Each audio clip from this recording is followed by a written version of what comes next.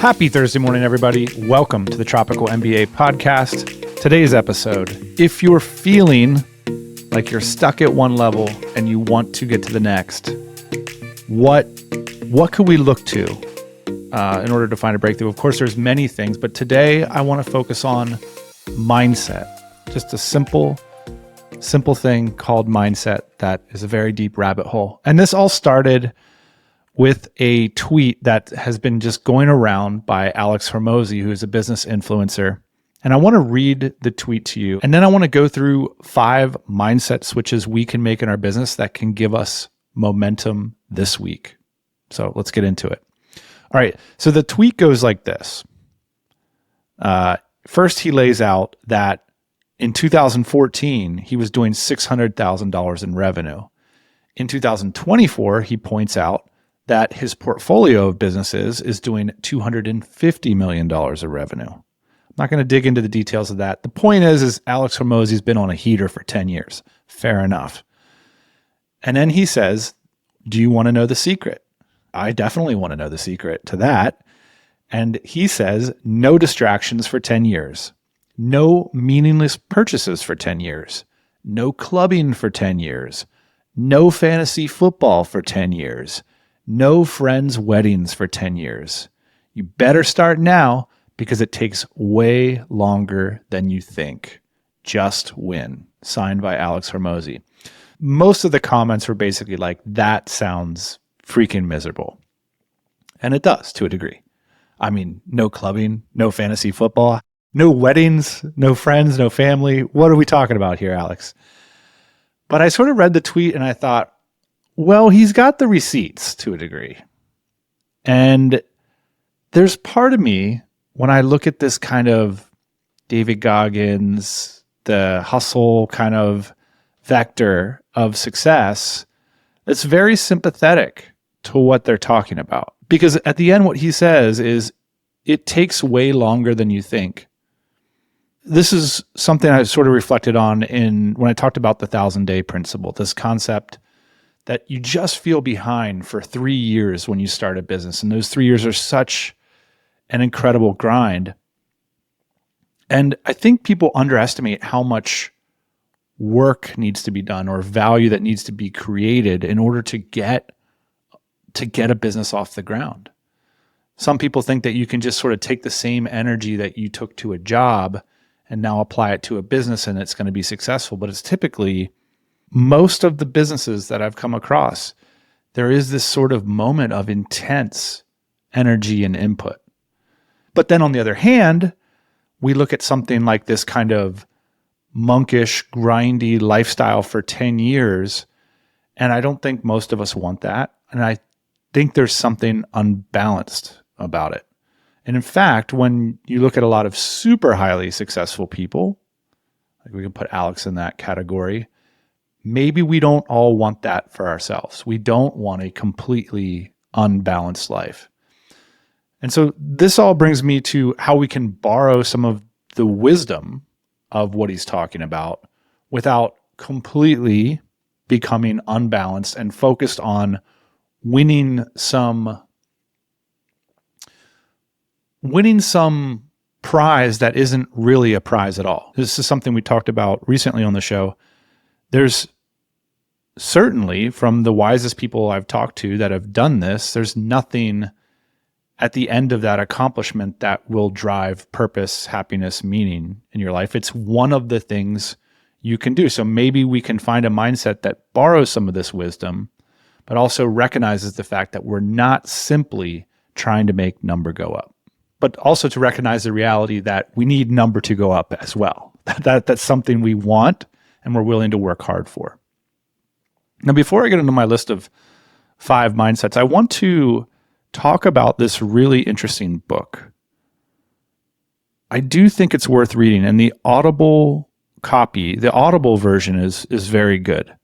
The book is called The Courage to be Disliked. So one of the antidotes to extreme ascetic hustle for a decade can be courage.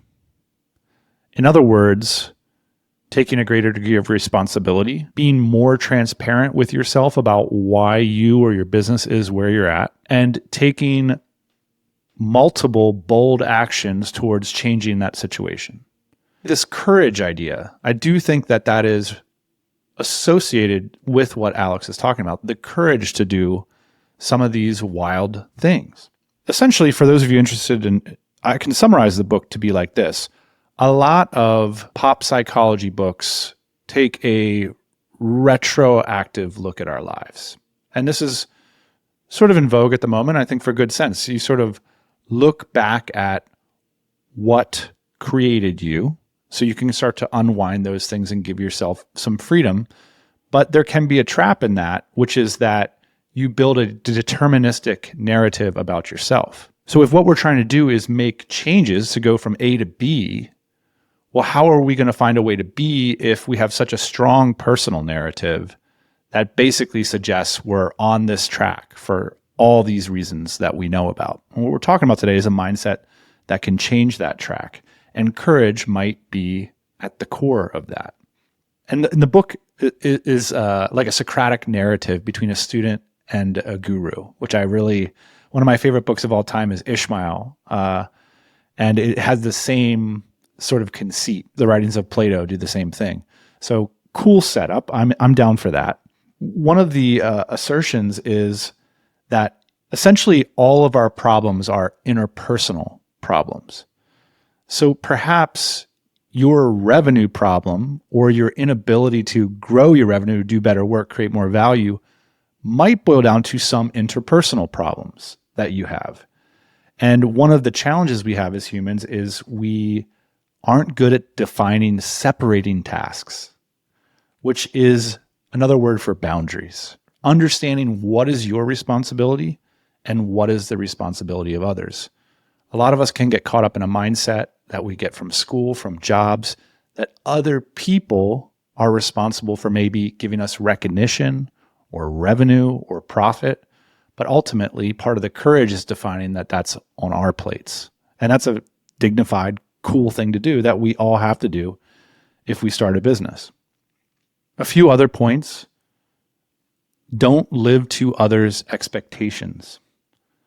So this is an understanding that having a strong sense of where you want to go and why you're doing it is critical to fulfillment. And there is an echo here of, hey, this is my thing. This is what I want to do. And a lot of people are reacting basically saying, that's bullshit. You're probably miserable, Alex. That might be true, but he's also demonstrating part of the principle of this book, which is to say, he doesn't care that he's getting dunked on. Maybe he wants to get dunked on. Maybe it's engagement bait. But the point is that he's out there with the courage to be disliked, to echo the title, and to say that, okay, well, you've got a bunch of friends in your life that are being balanced, but I'm not the balanced guy. I'm the money guy. And when you're thinking about money, you're going to come to me. Interesting idea. Where does happiness come from? The book is very clear on this. Community feeling and contribution. That ultimately, happiness comes from not recognition and not money, but from helping others, being there for others is how we ultimately feel happy. And a lot of us do that through our business. We shouldn't be the only vector, but it's an interesting opportunity and we can retool our business.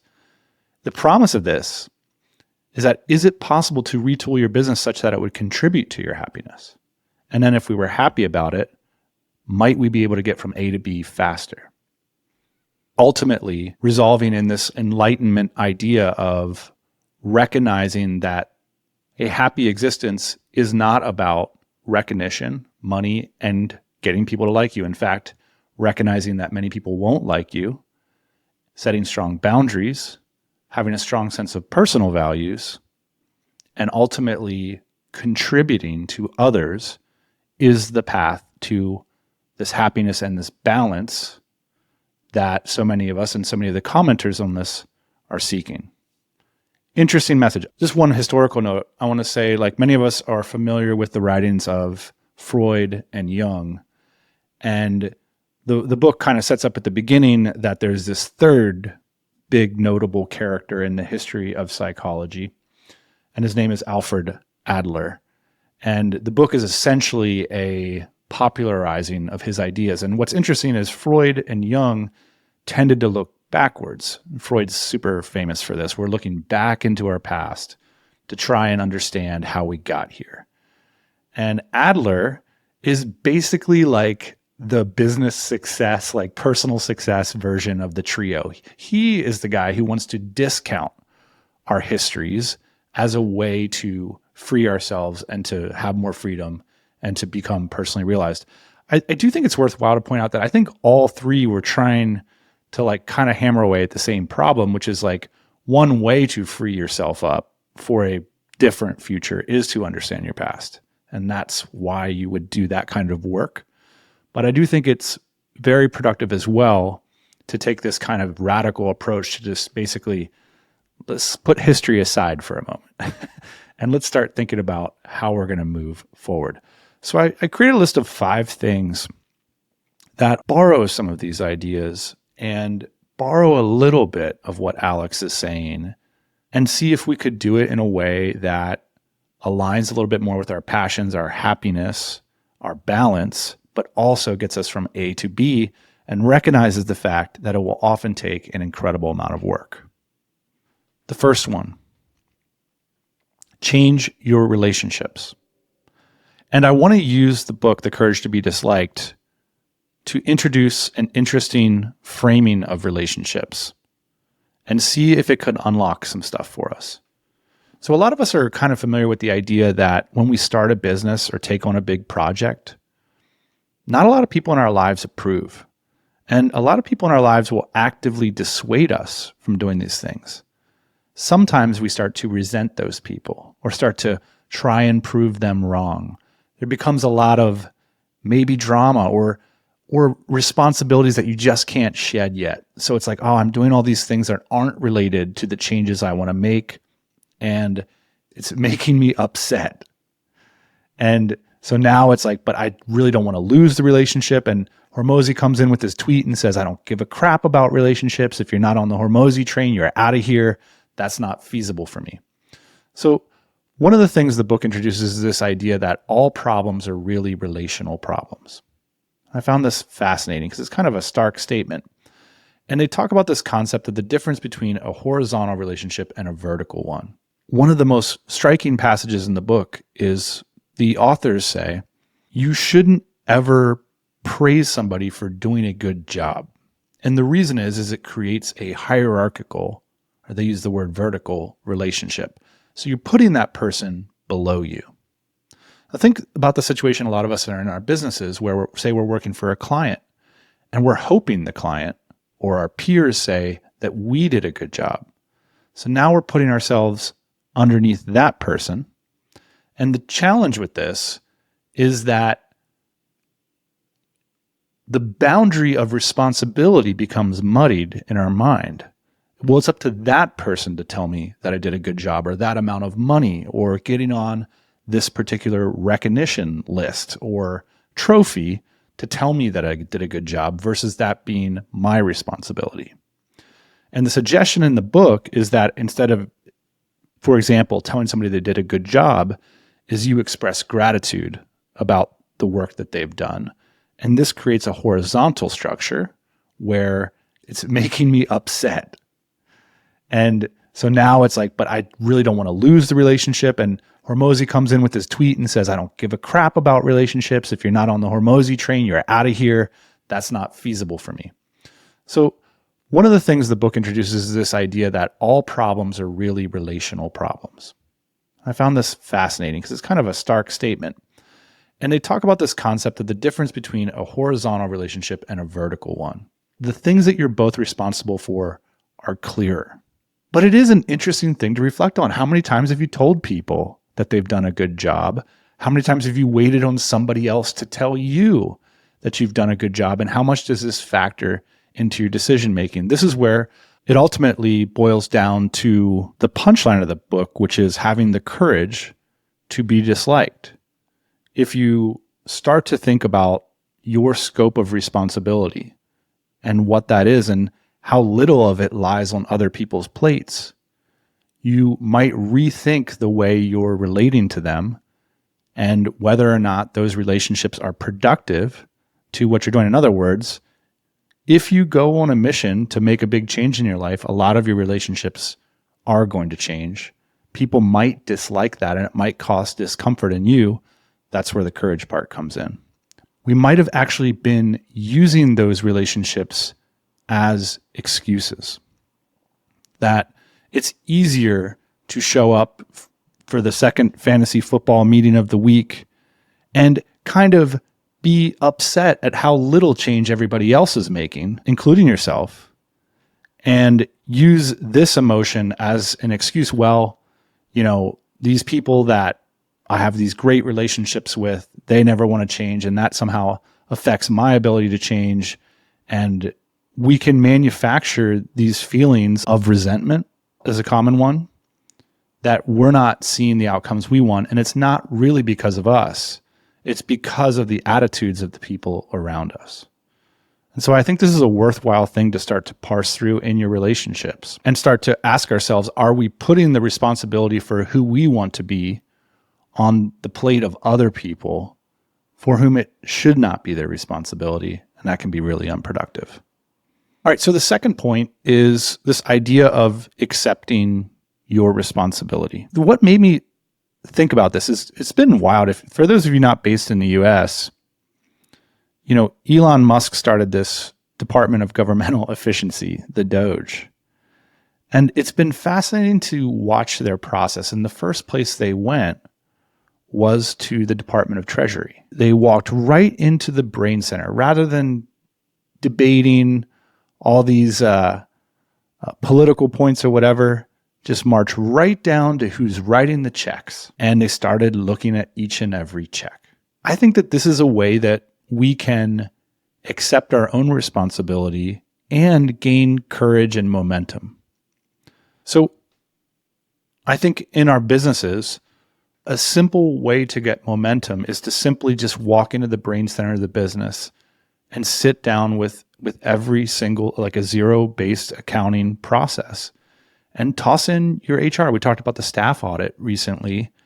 This is just simply a way to get momentum, confidence, and courage, just to look at it. That's real. At least that's real. These are real checks. These are real people. Let's take a look at it and understand that that is our responsibility. Number 3, take on a project. Now, Hormozi is talking about 10 years. And sure, to build that kind of wealth, it could take 10 years. But to build a successful business, it could all start with a project that gives you momentum and courage. One of my intellectual business heroes is Jason Fried. He founded the company 37 Signals, and I've read all of his books. And he wrote on X the other day, we increased Basecamp, which is their core product, trial to paid conversion by 30%. And we don't know how or even want to know how. He goes on to talk about just a slew of changes they made. But the interesting thing is that they did this in 6 weeks. And I think it's a really interesting time frame where you can go David Goggins for 6 weeks. You can go Alex Hormozi for 6 weeks. And often those sprints with a team or as an individual can give you tremendous momentum. But the key idea is to face down a reality that you're not happy with and to try and affect change versus the situation a lot of us are into, which is sort of monitoring a lot of different things and hoping things move in the correct direction. I love the idea of taking a slice of your reality that you're not happy about, putting a real number to it, and giving yourself 6 weeks to make the change that you're seeking. It kind of pulls together all of this. You got to change your relationships at least for 6 weeks. That's good. You got to accept the responsibility for the change you want to create, and you take on the project for 6 weeks and you try to get some momentum and courage around this idea. The fourth idea I had was having stronger boundaries or borders.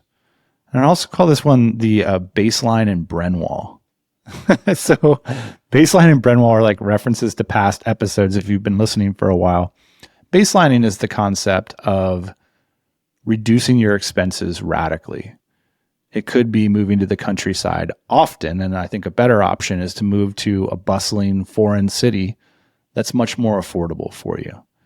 And it can kind of hack this decade of grind idea where you might just take a few years somewhere that you can focus 100% on a project and you don't have the financial pressure you might have had otherwise. All these relations around you that you're responsible for, you can shed all that. You can go down to Mexico, you can go to Thailand, you can go to somewhere in Europe, you can go to the countryside and say, look, I'm going to take on this project without these relationships that might have gotten toxic to my goals. And then the Brenwall concept is from DC Black facilitator Mark Brenwall. He's been on the show a couple times. Some of our most popular all-time episodes where what he expressed there, and he still lives out today, is a very strong sense of personal responsibility and a strong sense of what he's willing and not willing to do. So he's like, I want to build a freedom business, but I'm not willing to have clients. I'm not willing to have these kinds of relationships with my clients, with my customers. So if you want to do business with me, this is how you're going to do business with me. And he was able to do this because he did it in Southeast Asia. If he had continued to live in San Francisco, there's a lot of responsibilities that you have, and those things can weigh on you and you can start to feel resentful about it.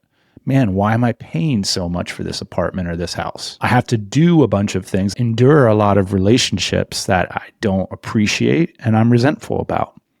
And what I thought was so fresh about Mark's vision that he actually got on a mountaintop in Colorado is such an interesting idea. And this is available to all of us. We can make this personal pilgrimage and literally change our borders while we change some boundaries in the process. Number 5, one of the themes of the book for me is doing things for the right reasons. And I think this has a lot of business application. Are we doing things because we feel we should be doing them, because we feel responsible for something that maybe we're not? Or are we doing it because we're obsessed with it, because it's super fun, because we're good at it, we have a passion for that practice? And importantly, these things lead to, according to this book at least, and this philosophy, the key to happiness, which is contribution. And of course, we can contribute in our personal life. And look, if you work 12 hours a day for 10 years and never hang out with your friends, you won't be contributing at all to some of the most important things in your life. And I think that's the critique I agree with. I think it's sort of a bankrupted philosophy to think that you're going to get all this sense of happiness from your work. However, on the other side of the token, we can get an incredible amount of happiness from our work if we focus on what's fun, where we feel like we're making a contribution with our work. And this is really the malaise of sort of the 20th century salary position, which is that I come to work, I make money, I know all the things I should do, but I just don't feel like I'm contributing to anything important. And so circling back and asking ourselves, well, where are we getting a sense of contribution in our company? It could be anything, so long as you're responsible for this. You do not have to get your sense of contribution from where other people get it. Making a dent in the universe, changing the world, that's for other people maybe. It's important for each and every one of us, I think, to ask ourselves, well, what is that for us? What do we think is fun? What do we think is a contribution? And what are we passionate about? And these are worthy reasons. So to summarize the 5 mindset points here, number 1, change your relationships. Make that one big phone call, accepting that there might be discomfort here, and understanding like how you want to build more quality relationships will almost certainly involve how you are contributing to them. And that's on your plate. Number 2, accept your responsibility. And one way we can do this is just start looking at the brain center of our business and our personal finances.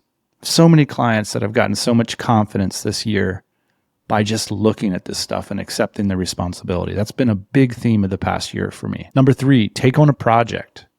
Take it on a 6-week sprint and refactor the way you're thinking about the problem. Just take it from a completely fresh angle and go hard for 6 weeks. 10 years is not necessarily required. Let's get momentum and confidence in 6 weeks. Number 4, have strong boundaries. And if you need a border to create that boundary, that's pretty cool too. And finally, doing things for the right reasons.